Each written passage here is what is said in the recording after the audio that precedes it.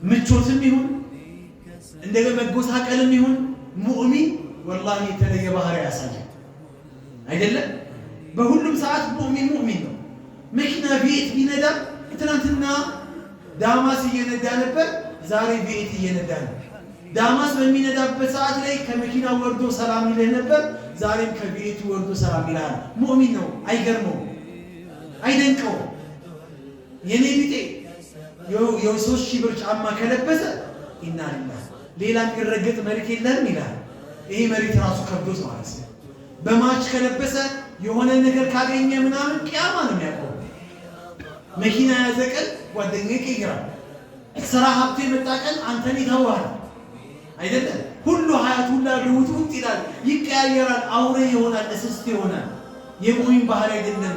ሙእሚን በከፈው ሰዓትም አላህ አላህ ይላል፣ በደለው ሰዓትም አላህ አላህ ይላል፣ ሲታመምም አላህ አላህ ይላል፣ ሲድንም አላህ አላህ ይላል። ሙእሚን እስር ቤትም አላህ አላህ ይላል።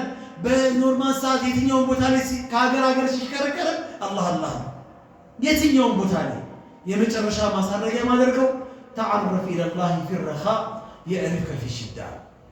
ባለን ሰዓት በምቾታችን ሰዓት አላህን እንወቀው፣ በሌለን ሰዓት አላህ ያቀናል። ሰው የሚኖረው አንተ ጋር፣ ሰው የሚመጣው አንተ ጋር፣ ሰው አንተን የሚያቀን ወላሂ ሲኖርህ ነው። ሲኖርህ አቤት የጓደኛ ብዛት አይደል? አቤት የአስመሳዮች ብዛት። ቤትህ ይከበባል። ምን ይምጣ ይላል። መኪና ስታቆም ገና ቀድሞ በሩን የሚከፍትልህ ብዙ ሰው ነው።